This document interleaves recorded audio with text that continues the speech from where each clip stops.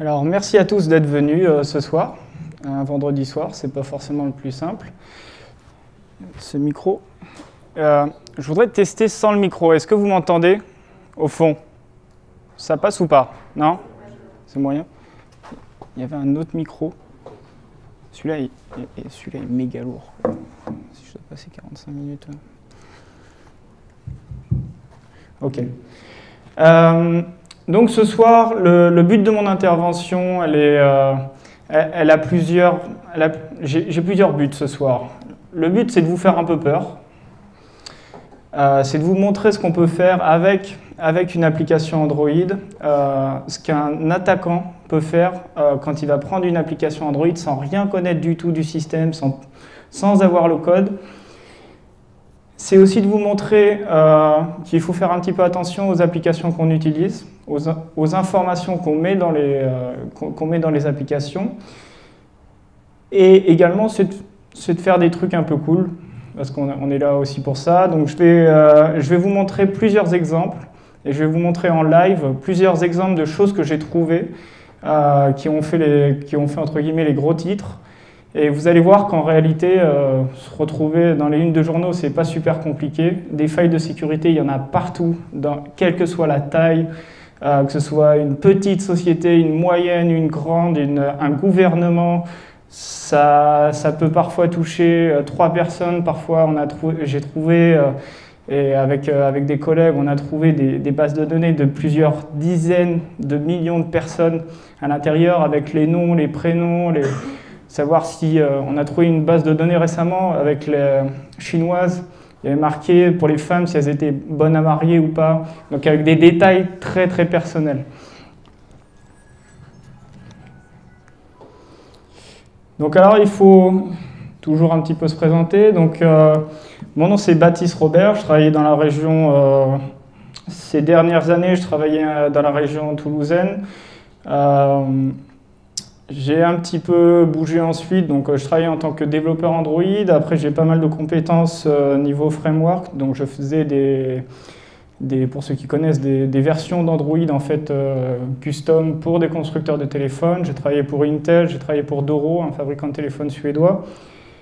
Et après, j'ai commencé tranquillement un petit peu à shifter sur la sécurité, notamment la sécurité mobile, puisque c'était un peu un passage naturel pour moi, puisque c'était mon domaine de prédilection. Je travaille sur des choses assez cool. En réalité, j'ai la chance d'avoir une liberté sur mes sujets, donc je travaille sur des choses assez sympas, vous allez le voir par la suite. Et j'ai travaillé sur énormément de choses indiennes, d'applications, de sites internet, de sites notamment gouvernementaux. J'ai beaucoup d'amis là-bas et beaucoup de gens qui m'aiment pas beaucoup non plus, notamment ceux qui sont au pouvoir. Donc je vais vous montrer aussi ça par la suite. Alors c'est juste pour remercier, parce que je sais qu'il y a une caméra, c'est que j'ai passé la barre des 100 000 followers dans la nuit entre dimanche et lundi. Donc c'est pour moi une grande réalisation et je suis super content de le partager. Ça s'est passé dans la nuit de dimanche à lundi et j'en suis déjà à 103 000 followers à l'heure où on parle, donc une croissance qui est assez grande et c'est super chouette d'avoir une communauté aussi grande. Alors, si on revient au basique, on m'a présenté en tant que hacker. Mais qu'est-ce qu'un hacker en réalité? Un hacker, c'est pas le mec que vous allez voir dans les films avec la capuche, qui est au fond de la chambre, qui habite chez sa mère et qui tape sur un ordinateur. Un hacker, c'est même pas forcément relié en réalité à l'informatique. Un hacker, c'est un mec qui va avoir un système et qui veut essayer de comprendre comment fonctionne le système. Il va essayer de comprendre comment le système fonctionne de manière à le détourner. Donc il va penser aux choses, à des usages qui n'ont pas été pensés en réalité par ceux qui ont développé le produit. Donc en gros, la plupart d'entre vous. Donc, pour hacker un système, ça peut être bête à dire, mais il faut connaître le domaine qu'on veut hacker. Donc si je veux hacker des applications mobiles, eh ben, il faut quand même un minimum de base en développement pour s'attaquer à une application mobile. Donc j'ai une petite partie dans la présentation où on va aller très très vite. En plus, vous l'avez dit tout à l'heure, il y a quelques développeurs Android dans la salle, donc ça va être super chiant pour vous. Mais il y a une petite partie théorique où voilà, il faut savoir une application Android, en fait, qu'est-ce que c'est? Parce que un développeur mobile, qu'est-ce qu'il fait? Il écrit son code, soit en Java pour les vieux, en Kotlin pour les nouveaux. Pour les plus motivés, il fait du C et du C++. Et il appuie sur le bouton déployer dans Android Studio, c'est super bien fait maintenant. Et en plus, voilà, c'est transparent, il n'y voit rien. Mais en réalité, qui a déjà pris son APK et a décompilé son APK parmi les développeurs Android? C'est pas mal quand même. C'est pas mal. Donc en gros, pour ceux qui ne sont pas dans le développement Android, ce qu'il faut savoir principalement, c'est qu'on a 4 gros composants qui sont les activités, les services, les content providers et les broadcast receivers. Donc je vais faire une passe très rapide là-dessus. Grosso modo, une activité, ça va être l'écran que vous ouvrez une application, vous allez avoir un écran. On va déclarer toutes les activités qui sont utilisées dans une application dans un fichier qui s'appelle l'androidmanifest.xml.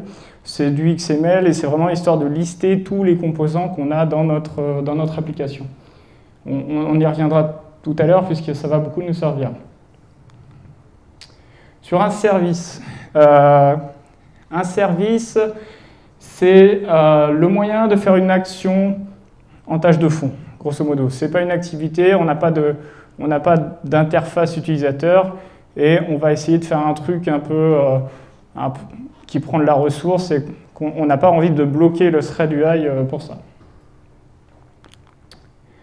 Le broadcast receiver est un composant qui permet en fait de réagir à des événements particuliers. On va pouvoir aller se connecter par rapport à, par exemple, le téléphone vient de booter. Ça, voilà. Je viens de passer de Wi-Fi à la 4G.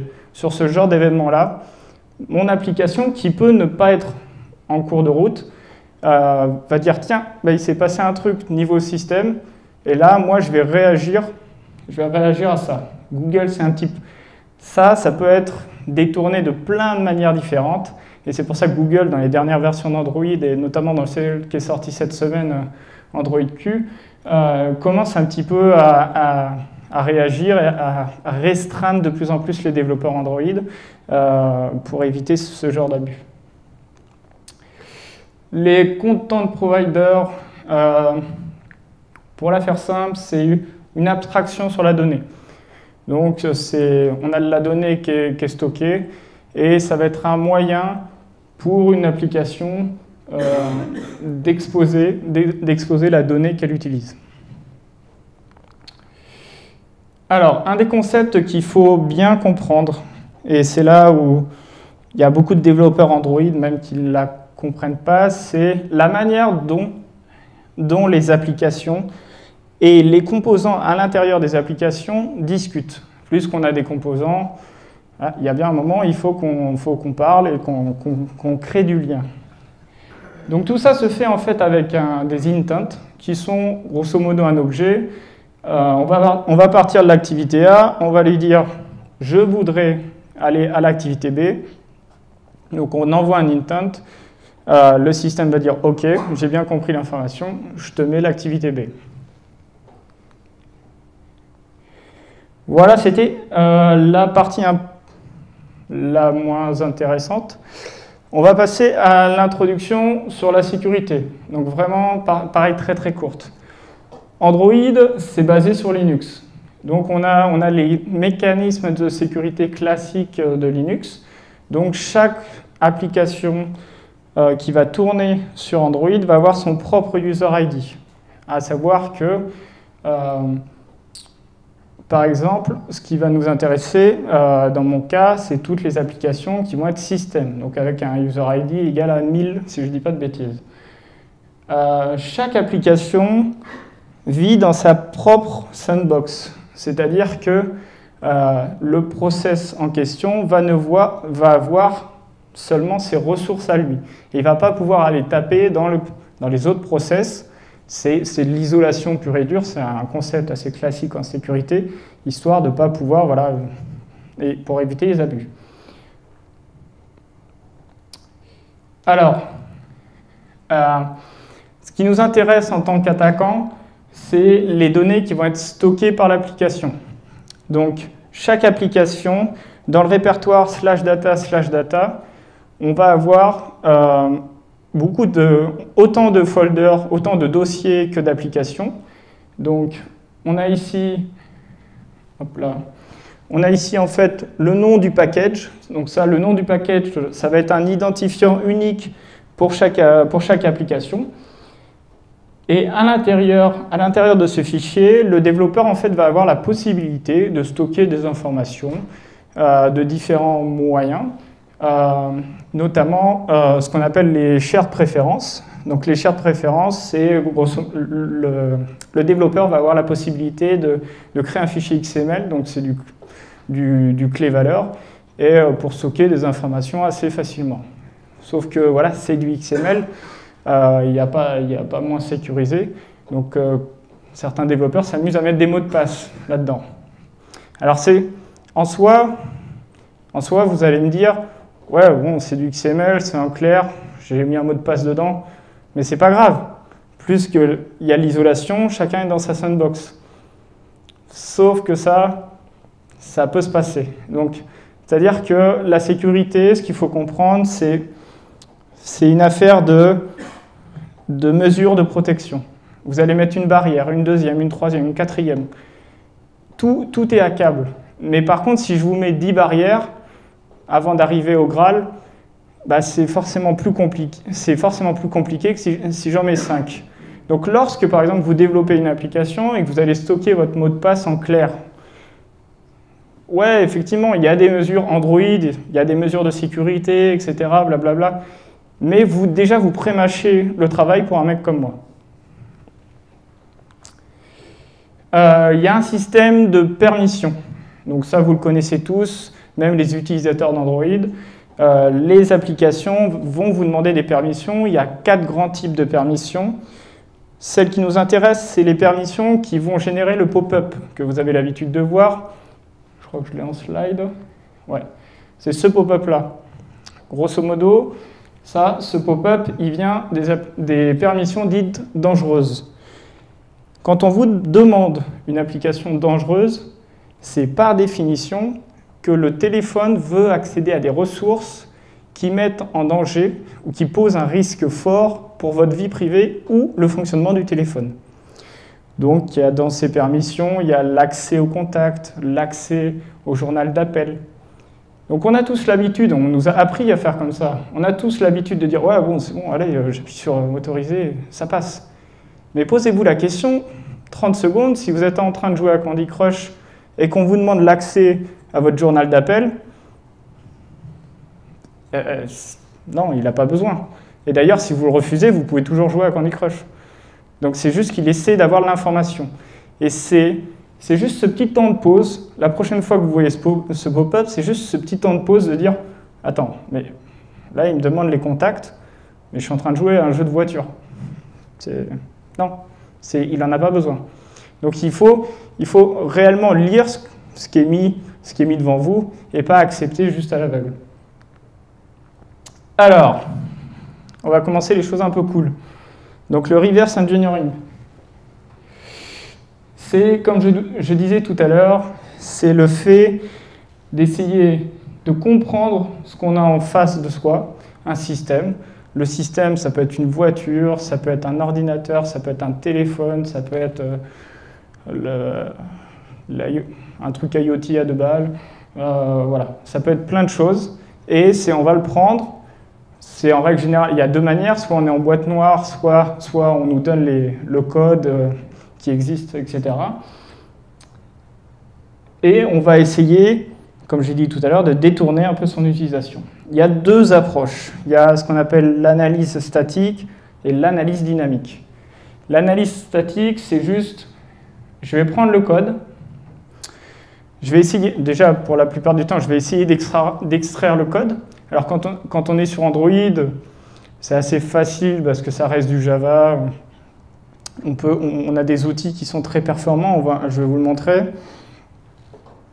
Et c'est assez facile d'obtenir le code. Mais quand on fait par exemple de l'embarqué, parfois, bah, il faut aller un peu au niveau hardware, aller se brancher au bon endroit pour récupérer le firmware, décompiler le firmware et voir ce qu'on a réellement à l'intérieur. Et après, il y a la partie sympa qui est l'analyse dynamique. Donc là, on va jouer avec le système. Et en jouant avec le système, on va mettre du debug.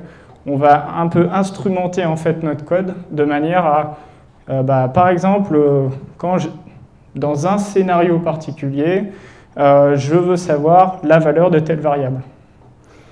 Et en fait, donc vous avez une partie information. Vous allez savoir, effectivement, quand je fais ce use case-là, je sais que cette valeur est égale à ça. Tiens, si j'essayais de la changer. Et quel scénario je peux avoir?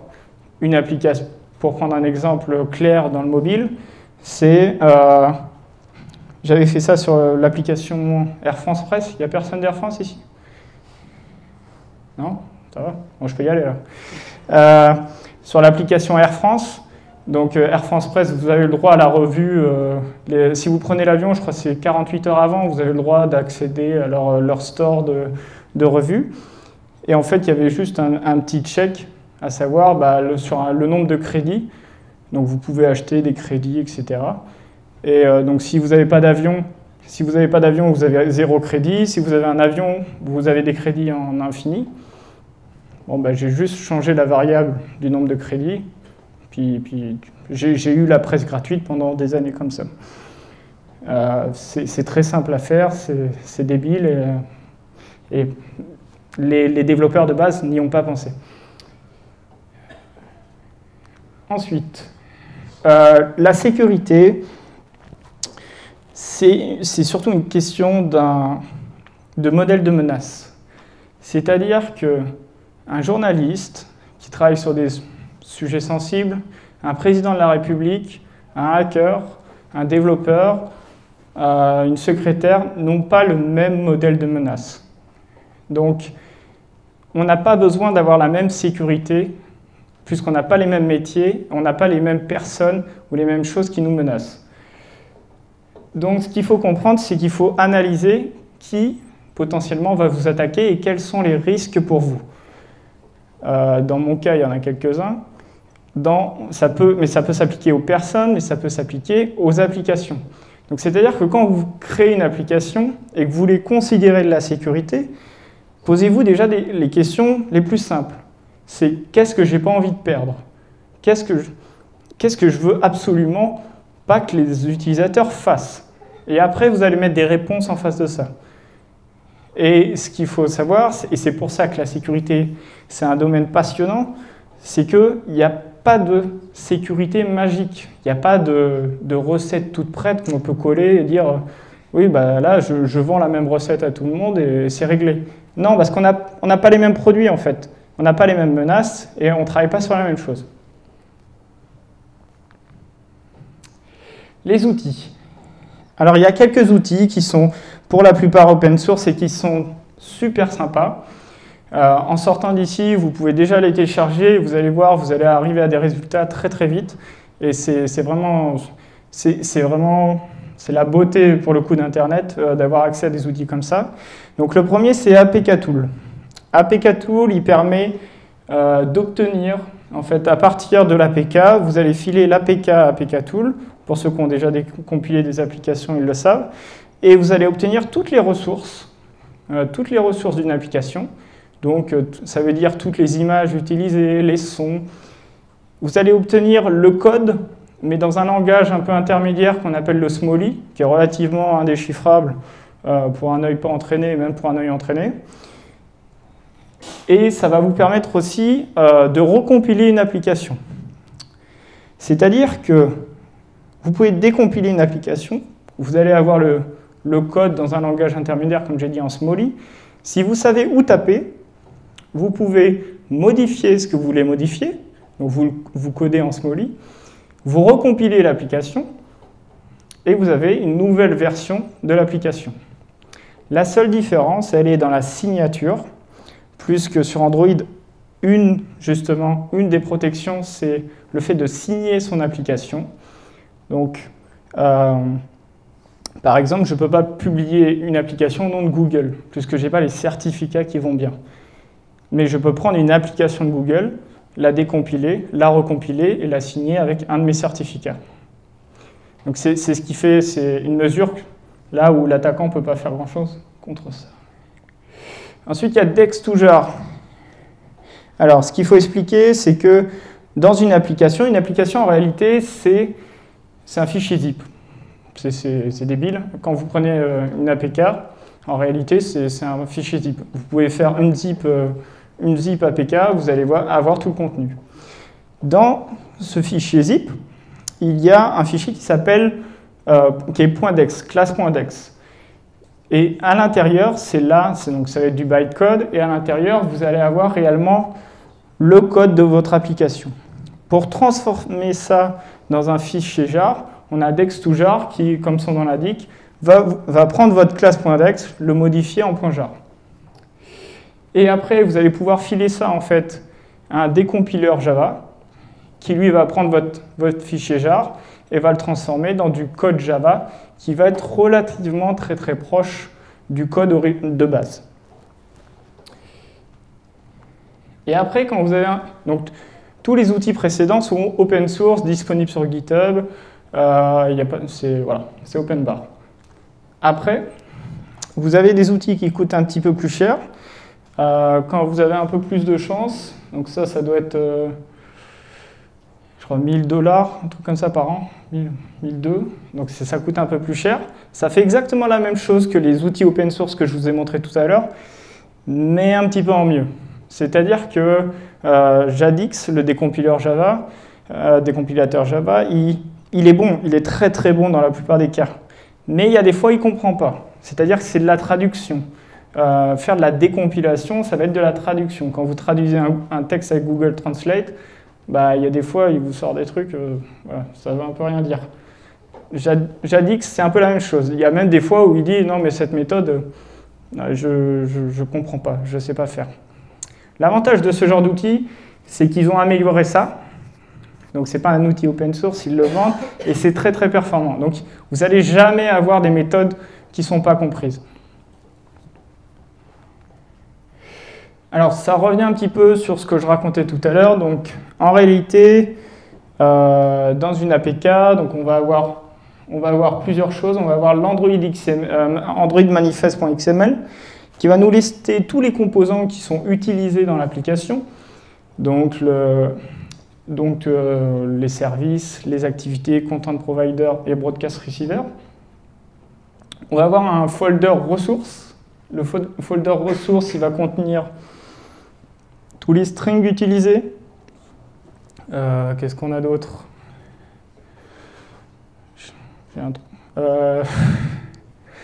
Enfin, il y a les ressources. Ça fait longtemps que je n'ai pas codé, moi. Ensuite, on a un folder qui est librairie. Donc, dans le fichier lib, on va avoir toutes les librairies natives. En fait, dans Android, on a la possibilité d'embarquer du code C et du code C++. Et c'est avec ce genre de choses en fait, qu'on arrive à faire. On peut faire du bas niveau. Et ce qu'il faut savoir, c'est que décompiler du Java, c'est super simple. Décompiler du natif, c'est une autre paire de manches. Il y a des outils pour ça, ça se fait très bien. Mais c'est beaucoup plus compliqué de connaître le fonctionnement d'un programme natif qu'un programme Java. Donc c'est notamment utilisé par tous les grands groupes. Les grands groupes qui font de l'Android, ils cachent, entre guillemets, ils mettent un peu plus de bâtons dans les roues aux attaquants et ils vont implémenter énormément de choses en natif. Comme ça rend la tâche de l'attaquant un peu plus compliquée. L'exploitation. Alors, on va passer à des exemples qui ont existé. À chaque fois, je vous ai mis un petit article histoire de vous montrer que de vous montrer que ça a réellement existé, et puis on va faire la démo. Alors, S-Locker.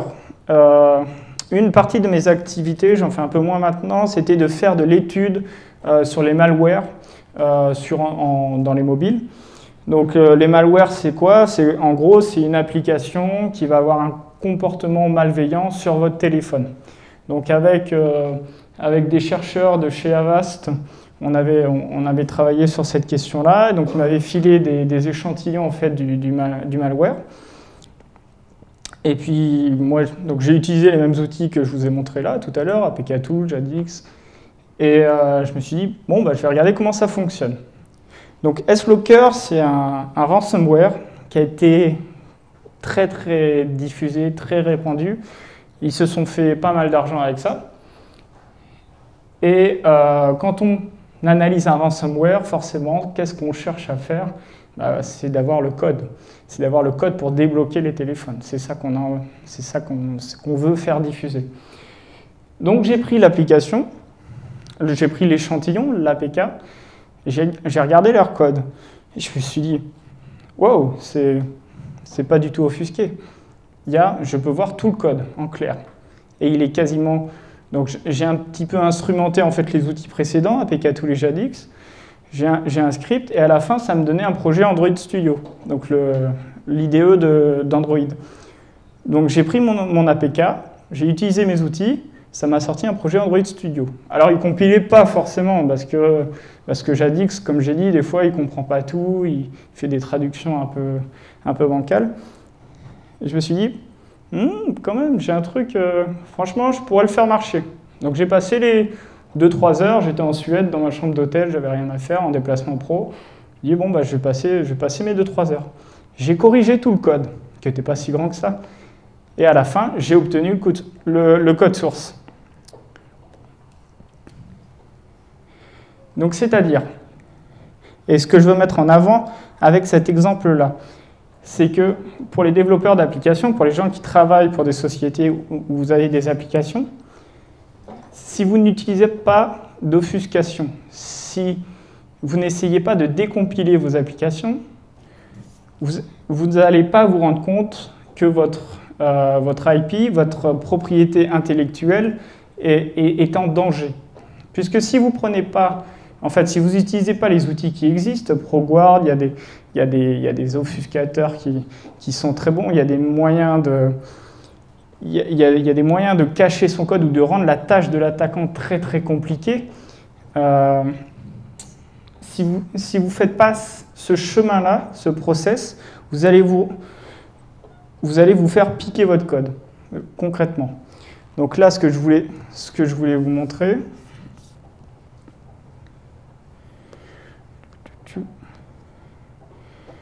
donc,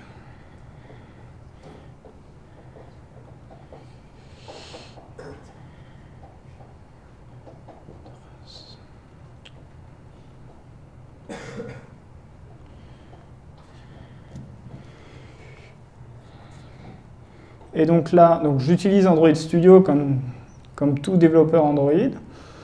Et donc là, je me rends compte, hop là, voilà, je suis sur la version bêta, c'est pour ça. Et je me rends compte que j'ai un projet qui, si il est sympa,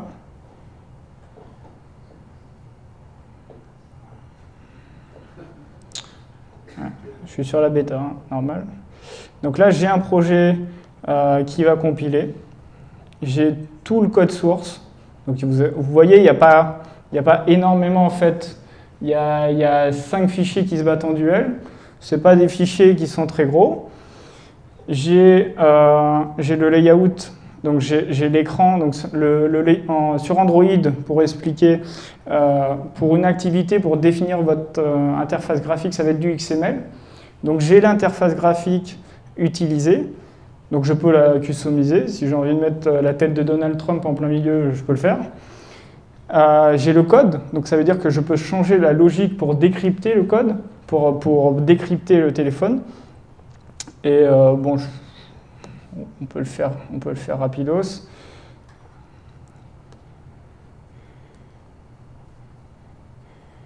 Donc,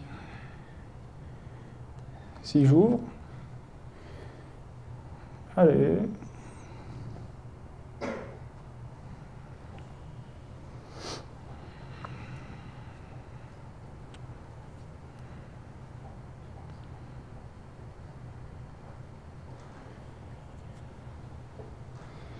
Il est fatigué. Donc on va avoir l'application, le ransomware qui va démarrer. Je le laisse réfléchir un petit peu. Donc à la suite de ça, j'ai fait ce petit travail-là et comme tout, hop là, et comme tout geek qui se respecte, je l'ai publié sur mon GitHub. Et j'en ai fait la promotion sur mon... Ouais, il n'a pas envie. J'en ai fait la promotion sur mon Twitter. À l'époque, j'avais un Twitter, j'avais voilà, 150 followers, donc ça tombait relativement, entre guillemets, dans le néant. Et il se trouve que The Hacker News, ils sont tombés dessus. Ils ont dit « Waouh, quelqu'un a réalisé le code du ransomware, c'est un phénomène, c'est une histoire, on tient un truc, on a le code source original de... » Non, c'est juste le code source décompilé, détendez-vous, quoi. D'où l'article en question. Alors, on va passer ensuite à OnePlus. OnePlus, c'est réellement ce qui a fait, entre guillemets, exploser mon compte Twitter. En 2 jours, en 48 heures, j'ai eu 6 millions de vues sur mes tweets en question. Donc c'est-à-dire que pour vous donner ce que ça fait 6 millions de vues, c'est-à-dire que vous faites un refresh de votre page et chaque seconde, vous avez 10 notifications. Et le problème, c'est que vous avez envie de répondre à tout le monde. Donc pendant 48 heures, j'ai essayé de répondre à tout le monde. Puis après, je suis allé dormir pendant 48 heures. Donc j'ai trouvé, pareil, un soir, j'étais devant ma télé, je geek un peu devant mon ordi, et puis je me suis dit, tiens, j'ai un OnePlus, un téléphone personnel, je vais essayer de regarder ce qu'il y a dedans. Après tout, je suis un développeur Android, je fais des ROM, je fais des versions d'Android un peu custom, je sais comment ça marche, je connais le process. Je vais aller extraire les applications qui sont installées sur mon téléphone. Quand je fais ça, quand j'analyse un téléphone, en fait, je m'intéresse aux applications, comme je racontais tout à l'heure, qui sont système. C'est des applications, en fait, qui sont déjà installées sur vos téléphones. Donc, quand vous achetez un téléphone, vous avez déjà des applis dessus. Il y en a certaines que vous ne voyez même pas. Elles n'ont pas d'icône, vous ne les voyez pas. Et la particularité de ces applications système, c'est qu'elles ont tous les droits. Donc elles n'ont pas besoin de vous montrer le pop-up, elles s'en foutent, il n'y a pas de souci. Elles prennent la permission. Et en plus, le point très important, c'est que vous ne pouvez pas les désinstaller. Vous ne pouvez jamais les désinstaller. Un utilisateur lambda ne peut pas. Donc c'est des applications qui sont très intéressantes, puisque quand on est constructeur de téléphone, eh ben, on veut quand même récupérer de l'info sur les utilisateurs finaux. Et on va donc mettre des applications système sur notre téléphone pour vous prendre de la donnée. Donc je me suis intéressé à ça et j'ai trouvé une application qui s'appelle Engineering Mode. Donc c'est une application qui est relativement connue, qui est shippée qui est livrée par Qualcomm pour les constructeurs de téléphones. C'est-à-dire que quand on va créer en fait, un téléphone, il faut le tester. Donc quand on est en Chine, la plupart des téléphones sont faits à Shenzhen dans des usines. Et quand il sort tout chaud en fait, de la ligne de production, il faut bien tester le téléphone, il faut bien voir s'il a bien été créé au niveau hardware, si tous les capteurs fonctionnent, etc. Donc, dans les versions d'Android, on va mettre des applications qui sont des applications de factory qui vont nous permettre de tester un peu tout ça. Et comme c'est super compliqué quand on est en Chine de rajouter des étapes aux travailleurs chinois, on ne va pas s'amuser à reflasher le téléphone, on ne va pas s'amuser à remettre une autre version du téléphone Android une fois qu'on a fait tous les tests. Donc, ces applications factory, ces applications de test, elles sont dans les téléphones de tout le monde. C'est juste que vous n'avez pas d'icône, vous ne les voyez pas. Mais il y a des codes, il y a ce qu'on appelle des secrets de code qui permettent, si vous les connaissez, en fait, vous rentrez des numéros un peu bizarres dans votre application téléphone et vous y accédez. Donc, c'est des numéros qui commencent par étoile, dièse, en règle générale, une suite de chiffres, dièse, étoile, dièse, étoile. Et ça, vous avez des applications qui vont apparaître par magie. Donc, dans cette application, moi, j'ai pris cette backdoor et j'ai utilisé encore une fois les mêmes outils. Et qu'est-ce que j'ai vu? Et j'ai utilisé les mêmes outils. J'ai commencé à prendre le Android manifest.xml. Et je me suis dit, bah, je vais essayer de l'utiliser. C'est le premier réflexe, en fait. Quand vous analysez une application, il faut voir toutes les features en fait, qui sont embarquées dans l'appli. Donc je me suis dit, bah, je vais essayer de l'utiliser. Tiens, essayons de la faire démarrer. Donc en fait, j'ai en ligne de commande, ça c'est ce que je racontais tout à l'heure, c'est une intent. Je vais dire à Android, s'il te plaît, dans le package com.android.engineeringmode, affiche-moi l'activité qui s'appelle engineering mode. Et là, on va faire une petite démo. Donc plus qu'on a quelques développeurs parmi nous, hop là.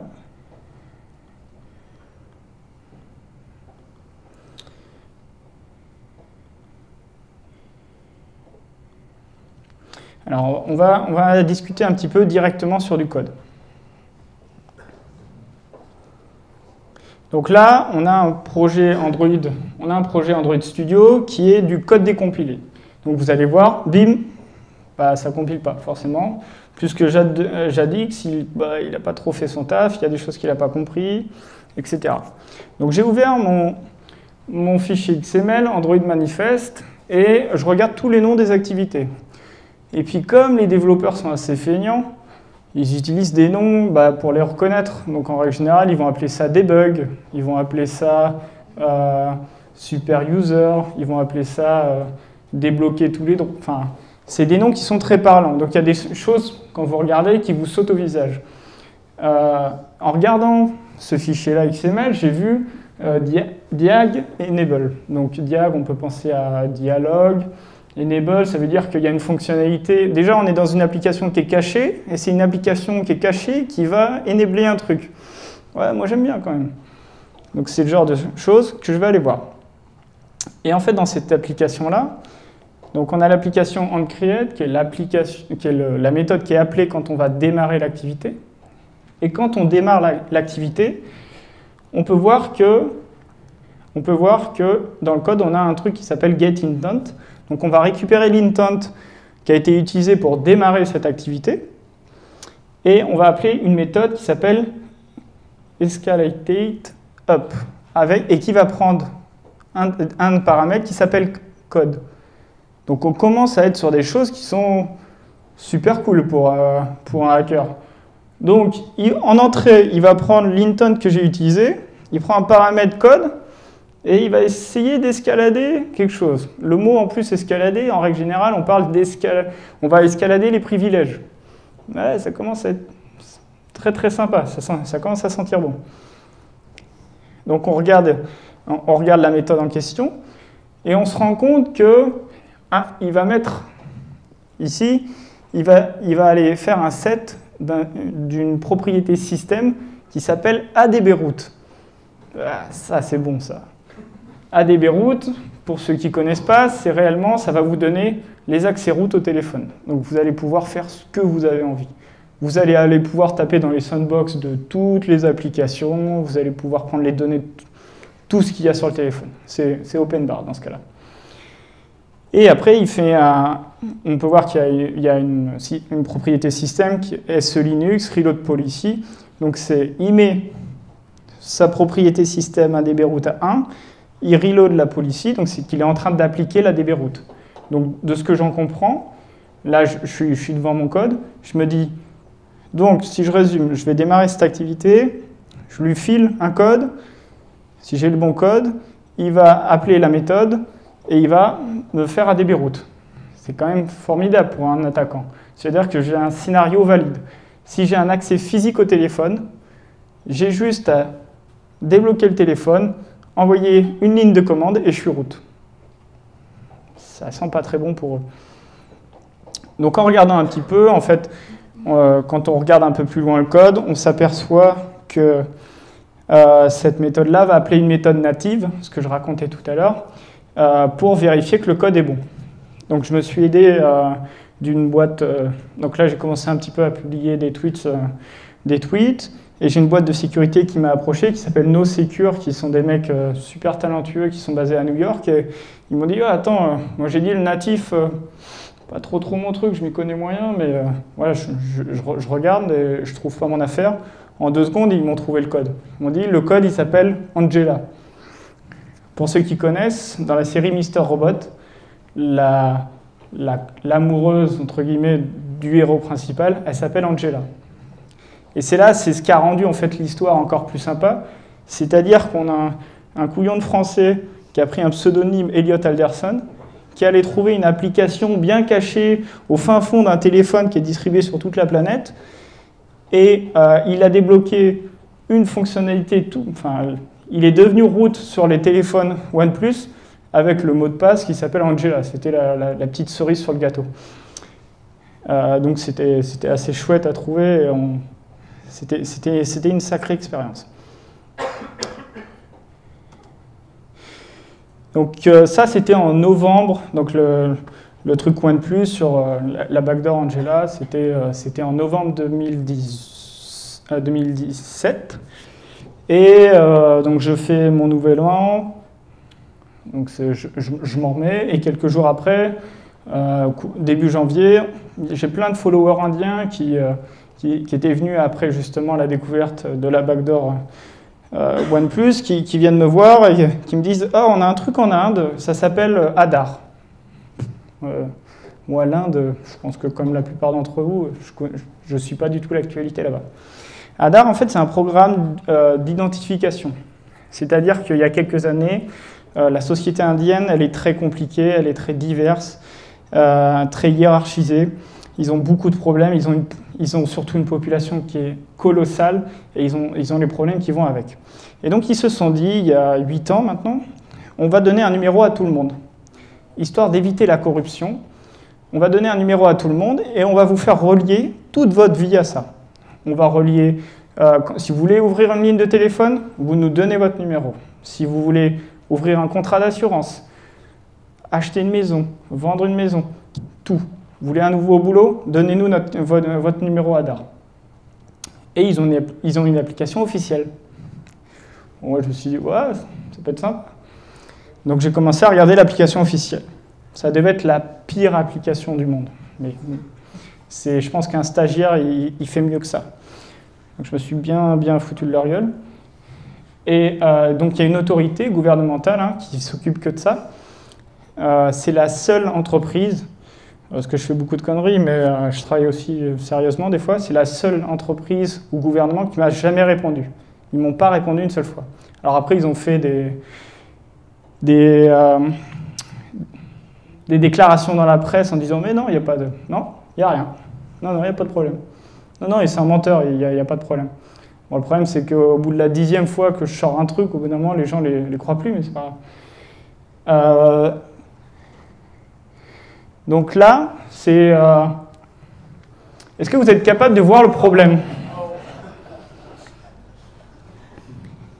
Donc, c'est le generate db password.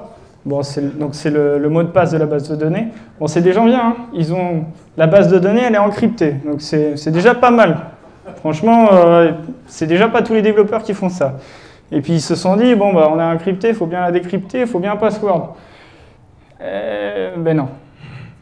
C'est-à-dire que si vous mettez en clair les choses, ça ne va pas le faire. Et le random, c'est surtout le seed. C'est surtout le seed. Si vous prenez le même seed à chaque fois, ça va pas être terrible.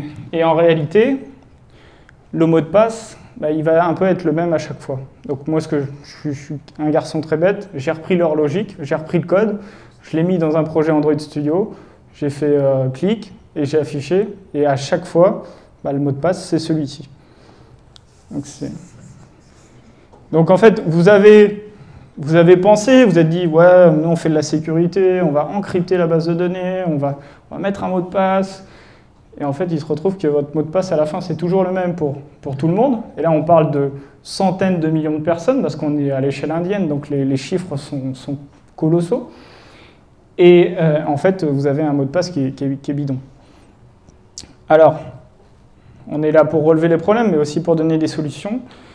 Si vous avez un mot de passe à implémenter dans une application, la règle, c'est de mixer avec une entrée de l'utilisateur. C'est-à-dire que vous pouvez avoir des choses qui sont hard-codées, pourquoi pas, mais il faut aussi une partie, entre guillemets, variable. C'est-à-dire que chaque utilisateur doit avoir un mot de passe différent. N'essayez pas de cacher un truc hard-codé, machin, etc. Essayez de dire, bon, bah voilà, s'il doit accéder à une ressource sensible, bah, il faut bien qu'à un moment, il donne son autorisation ou il donne, entre guillemets, son code. Alors ça, c'est une application sympa. C'est un Tinder, mais pour les républicains, pour les fans de Donald Trump. Bon, déjà, l'idée est assez marrante. C'est pas que je suis un grand fan de Donald Trump, mais du coup j'ai commencé à regarder. J'étais sur Twitter, encore une fois, je passe beaucoup trop de temps là-dessus, et j'ai vu un tweet de Fox News. Ouais, l'application Donald Daters, le nouveau Tinder des supporters de Trump. Là, je vois l'application Android, je fais « Ah, ça c'est pour moi, je vais regarder ». Donc je commence à regarder. Il m'a fallu 5 minutes pour avoir accès à toute la base de données. J'avais la base de données des... Alors, ils n'avaient pas beaucoup d'utilisateurs parce que je les ai attaqués 3 heures après le lancement, mais ils avaient déjà 4000 utilisateurs. J'avais toutes les données personnelles, tous les messages privés, tout. Est-ce que c'était compliqué? Non. Vous utilisez Firebase. Je pense que la plupart d'entre vous connaissent Firebase. Sur Firebase, vous avez la Firebase, je crois que ça s'appelle Database Real-Time quelque chose. Et quand vous travaillez dessus, bah, vous êtes en mode debug. Et voilà, c'est open bar, les droits, vous avez une petite fenêtre où vous devez régler les droits, dire bah, telle personne a le droit d'accéder à tel truc, telle personne a le droit d'accéder à tel truc. Il est bien marqué que quand vous appuyez sur publier, quand vous publiez votre application sur le Play Store, on vous dit attention, les réglages sont en debug, surtout ne publiez pas votre application, êtes-vous vraiment sûr? Vous appuyez, on vous redit, vous êtes vraiment sûr? Et eux, ils ont encore appuyé. Sauf que quand l'application est en mode debug, en fait, il vous suffit de prendre l'URL, de rajouter .json, et vous avez tout. Toute la base de données. Donc et cette URL, est-ce que c'est compliqué à trouver? Pas du tout, puisqu'on a vu tout à l'heure que dans le dossier ressources qui vous est donné par APK-Tool, vous avez un string.xml, et en règle générale, l'URL va être dedans. Donc par exemple, là j'ai fait un petit POC tout simple, c'est que j'ai fait une petite application qui allait se connecter à leur Firebase et j'ai récupéré les informations. Voilà, c'est aussi un point important, vous voyez que c'est la deuxième vidéo, c'est ce que j'essaye de faire en fait quand je sors des choses ou des histoires comme ça, c'est-à-dire que j'essaie de montrer le danger. Et c'est un message aussi que j'essaie de transmettre et que j'essaie de faire passer. C'est-à-dire qu'en tant que technicien, en tant que gens en tant que personnes qui ont la connaissance, on a aussi un devoir de transmettre ce qu'on voit, ce qu'on fait et notre savoir au grand public.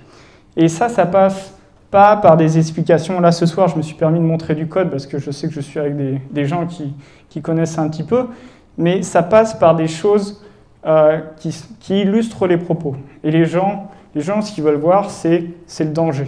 Et si je vous montre directement une vidéo où je prends toutes les données facilement en un clic, là, ça parle aux gens. Donc, gardez ce message en tête. C'est toujours très intéressant de faire des POC, des proof of concept, de ce que vous trouvez, puisque on a besoin de dire « Ah, attention, il y a un problème, c'est bien ». Montrer avec une preuve par A plus B que vous arrivez à exploiter le problème, c'est encore mieux. Alors ça, c'est une application que vous connaissez peut-être, qui est ES File Explorer. Donc cette application, Ça doit être un des File Explorer les plus connus sur Android. Je crois qu'il y avait 100 millions. C'est marqué ? Plus de 100 millions. Plus de 100 millions, bah voilà. Donc il y avait plus de 100 millions de téléchargements. Donc c'est déjà une bonne application. Donc un jour, il y a quelqu'un qui vient me voir sur Twitter, qui m'envoie un message privé et qui me dit bah, en fait, j'ai scanné les ports sur mon téléphone. Donc les ports, c'est ce qui va permettre au téléphone de communiquer un petit peu avec le reste du monde. Il me dit j'ai pas compris, il y a un port qui était ouvert, j'ai pas compris ce qu'il foutait là, et j'avais cette application installée, et j'ai vu que c'était cette application qui ouvrait le port à chaque fois que je démarrais l'appli. Ouais, ah, c'est intéressant, attends, je vais regarder. Donc j'ai regardé, et donc j'ai sorti encore une fois un POC. J'ai même demandé une CVE, en fait, qui est un catalogue de vulnérabilités que vous avez demandé à un organisme indépendant qui fait l'inventaire en fait, de toutes les failles trouvées. C'est un peu la carte de visite du chercheur en sécurité.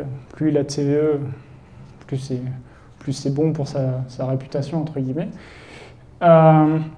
Et j'ai sorti sur GitHub donc un repo avec le code pour exploiter la chose. Alors quel était le problème ? Le problème, c'est qu'à chaque fois que vous démarriez l'application, il y avait un serveur HTTP embarqué dans l'application qui démarrait. C'est-à-dire que vous démarrez l'application, il y a un serveur HTTP qui dit « va ouvrir tel port ». Donc là, le port, c'était le 59 777. Et mets-toi, écoute ce qui se passe. Donc vous pouviez, en fait, sur un téléphone qui avait l'application installée et qui l'avait démarré une fois, vous pouviez lui envoyer des requêtes en lui disant, par exemple, bah, file-moi la liste de tous les fichiers qui sont sur la carte SD, file-moi la liste de toutes les photos, de toutes les images. Est-ce que tu pourrais me donner je voudrais transférer tel fichier que tu as sur ta carte SD. Donc là, quand on fait de la sécurité, c'est un peu le Graal, c'est-à-dire qu'on a une faille de sécurité qui peut être exploitée en remote. On peut l'exploiter à distance. Donc là, si j'ai une victime, on est à la maison, je suis sur un Wi-Fi, j'ai l'attaquant qui est connecté au même Wi-Fi. Donc si l'attaquant est connecté au même Wi-Fi que la victime, il peut accéder à toutes les données du téléphone qui sont sur la carte SD. Donc c'est très très propre. Et donc là, c'est ce que j'avais démontré dans la vidéo. C'est-à-dire que je n'avais même pas accepté les conditions. Vous voyez, je n'avais même pas accédé les conditions générales de vente. Donc là, j'ai listé toutes les photos. Et donc, j'ai pris, voilà, je vais télécharger une des photos qui est dans la carte SD. Et hop, je l'ai sur mon ordinateur. Voilà. Donc j'ai réussi à extraire à distance un fichier qui était situé sur la carte SD de la victime. Ils ont réagi, ils ont fini par réagir suite à la publication. Donc on a essayé de les contacter quand même, on est des gens bien, on a essayé de les contacter, ils n'ont pas répondu. On a publié l'article, ils ont répondu. Donc ça marche souvent comme ça. Et ils ont corrigé assez vite, ils ont été très réactifs, puisque je crois qu'une semaine après, ils ont fait une mise à jour. N'allez pas regarder, il y a une version gratuite, une version payante. Il semblerait que la version payante est toujours vulnérable. J'ai dit ça, j'ai rien dit. Alors ça, c'est ce qui m'a... J'ai pas beaucoup dormi cette semaine. Donc ça date de mardi. Donc, il y a un républicain, je ne vais pas trop dire de bêtises parce qu'il y a la caméra, il y a un monsieur qui habite dans l'Oklahoma qui fait des applications pour les conservateurs. Voilà, vous comprenez ce que vous voulez comprendre. Il a une application de news pour les conservateurs et il s'est dit, je vais faire le Yelp. Donc, Yelp, c'est le géant qui fait vous pouvez mettre des revues de restaurants et tout. Et donc ce républicain très intelligent s'est dit, en Amérique aujourd'hui on peut pas vivre en étant républicain, c'est pas possible. Si je porte ma casquette Make America Great Again dans les restaurants, je vais me faire frapper. Donc il nous faut des endroits où on est safe. Et pour ça, il me faut une application. Donc je vais faire une application qui va permettre aux internautes, aux républicains, de faire la revue de restaurant et de dire bah, dans ce resto, je peux porter ma casquette en toute tranquillité, je peux arriver avec mon flingue et on va me laisser tranquille et ça va bien se passer. Il y a déjà un petit délire derrière. Bon, bah, j'avais déjà fait Donald Daters, donc je me suis dit on va continuer dans la... Donald Daters, je l'avais fait en novembre dernier. Je me suis dit je vais continuer dans la lignée quand même, c'est chouette. C'est des gens bien en plus, ils sont sympas ces gens. Donc j'ai pris l'application. Il doit y avoir des développeurs qui font du JavaScript ici. C'est une application qui est en React Native. Donc React Native c'est quoi? En gros, on écrit le code une fois en JavaScript et on va pouvoir générer de l'iOS, de l'Android et un truc qui s'appelle Windows Mobile, je crois. Sauf que le problème, c'est en gros, avec ça, quand vous avez du React, ça va vous générer un fichier qui va être placé dans Assets, je crois, qui va s'appeler index.android.bundle, qui est en réalité un gros fichier JavaScript où il y a toute l'application qui est concaténée. Donc il y a 0 offuscation. Alors, on va prendre le code. Hein.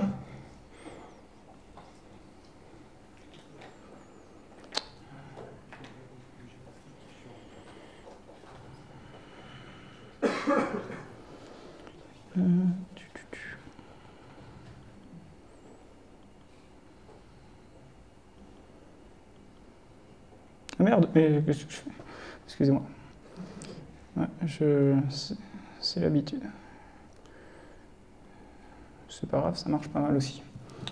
Donc là, ce qu'on va faire, donc j'ai un fichier JavaScript. Bon, moi, JavaScript, ça fait 3000.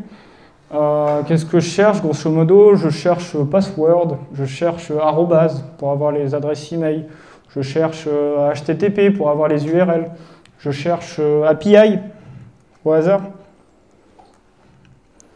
Donc API, bon, là, je sais à peu près où je vais, donc non, il veut pas.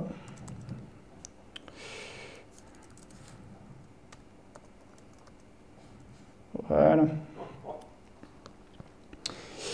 Et donc là, on voit qu'on a la liste. On a la liste de tous les endpoints qui sont disponibles, qui sont utilisés par l'application. C'est-à-dire, quand je suis une application mobile, en règle générale, j'ai envie d'accéder à des services. J'ai envie d'accéder à des services et c'est un serveur distant qui va me permettre d'accéder à ces choses-là. Donc il faut que j'aille communiquer avec lui. Donc je vais exposer des endpoints. Donc grosso modo, c'est à chaque fois une des lignes. Et donc déjà avoir cette information, ça me donne un premier élément. Je sais à qui je dois aller parler. Donc ça, c'est quand même pas mal. Bon après, comme j'ai dit, je cherchais les adresses mail.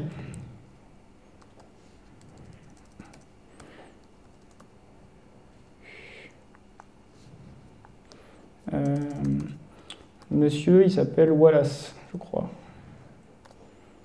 Voilà.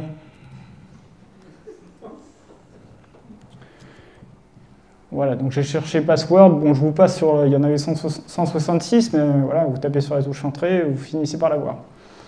Donc là, concrètement, j'ai donc dans l'application, puisque avant de décompiler le code, j'ai quand même utilisé l'application. Et on peut créer un profil dans l'application. On va vous demander de créer un mot de passe et voilà, d'avoir un nom d'utilisateur et un mot de passe. Donc ce monsieur très, très sympathique, il s'est dit, tiens, bah, si je le mettais, si je hardcodais mes credentials directement dans l'application. Et comme c'est un mec vraiment sympa, bon, bah, il l'a fait 2 fois, quoi. C'est ça qui est bien, donc il doit bien savoir coder en plus. Du coup, si on revient là où on était tout à l'heure,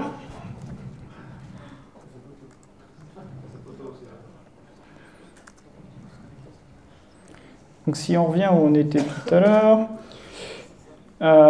j'ai mon API, je vois une clé.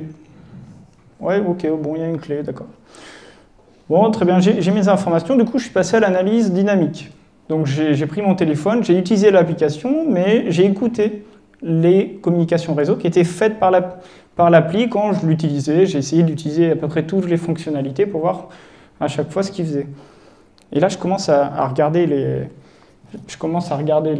les communications qui sont faites. Et j'ai pas mis le lien. Je commence à regarder les communications qui sont faites et je vois pas de clé, je vois pas de système. En règle générale, quand on est des gens bien, qu'on fait du développement, on se dit bah, pour utiliser mon serveur, mes services, bah, je vais quand même mettre une barrière, je vais mettre une authentification. Il faut bien que je ne vais pas l'ouvrir à tout le monde, quoi. Là, je regarde, je vois rien, il n'y a rien. Donc je me dis, oh, tiens, bah, je vais essayer, je vais faire ma petite requête. Je fais ma petite requête, ça passe.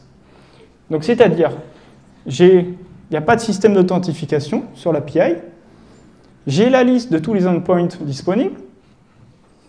Bon, bah, on va commencer à s'amuser. Je vois par exemple block user URL. Et avant ça, j'ai quand même fait get user by ID. Get user by ID. Bon, en plus, c'est séquentiel, les ID, c'est bien. Donc, c'est pratique.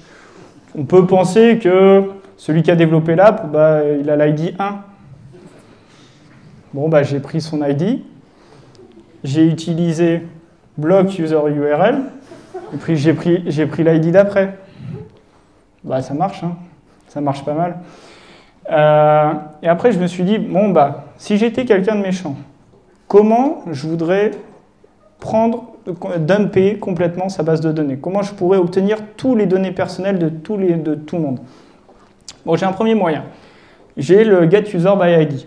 Donc, c'est séquentiel. Je dis, s'il te plaît, donne-moi les données de la personne avec l'ID 1, donne-moi les données de la personne avec l'ID 2. Bon, en faisant un peu de dichotomie, je me suis aperçu qu'il y avait 4466 personnes qui étaient inscrites.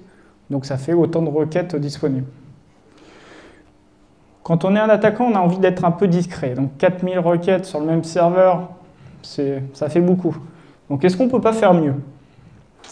Donc j'ai utilisé un autre endpoint qui était get user by UID. Là, le UID, il a des lettres, il a des chiffres, il est un peu random.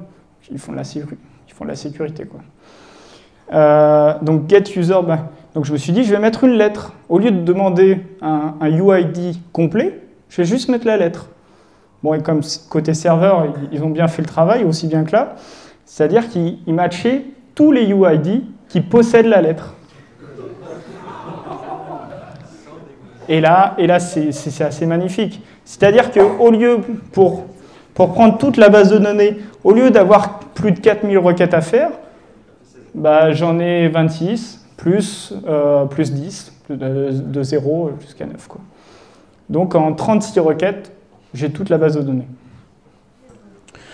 Bon, j'ai publié ça, donc je crois, mercredi, dans la nuit de mardi à mercredi. Le monsieur était un petit peu fâché. Le problème, c'est qu'avec 100 000 followers, quand je publie un truc, ça commence à se voir un peu. Et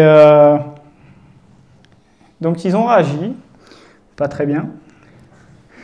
Il a publié un post sur Medium en disant c'est un scandale, on a essayé de nous attaquer, mais l'attaquant n'a pas réussi. Ouais, j'ai pas réussi. Là, vous inquiétez pas, nos chers conservateurs, il n'y a pas de problème, vos données sont safe. On a réparé le problème. Bon, il n'a pas mis à jour l'application, hein, mais il a réparé le problème. Voilà. Et par contre, nous allons appeler le FBI. Puisqu'on a un attaquant, et puis c'est une attaque politique contre nous, chers républicains. Bon, là, quand on a un mec qui nous dit « je vais appeler le FBI », que c'est médiatisé, ça commence à être un peu chiant quand même. On commence à moins rigoler. Bon, le problème, c'est que là, j'ai rien hacké, en réalité.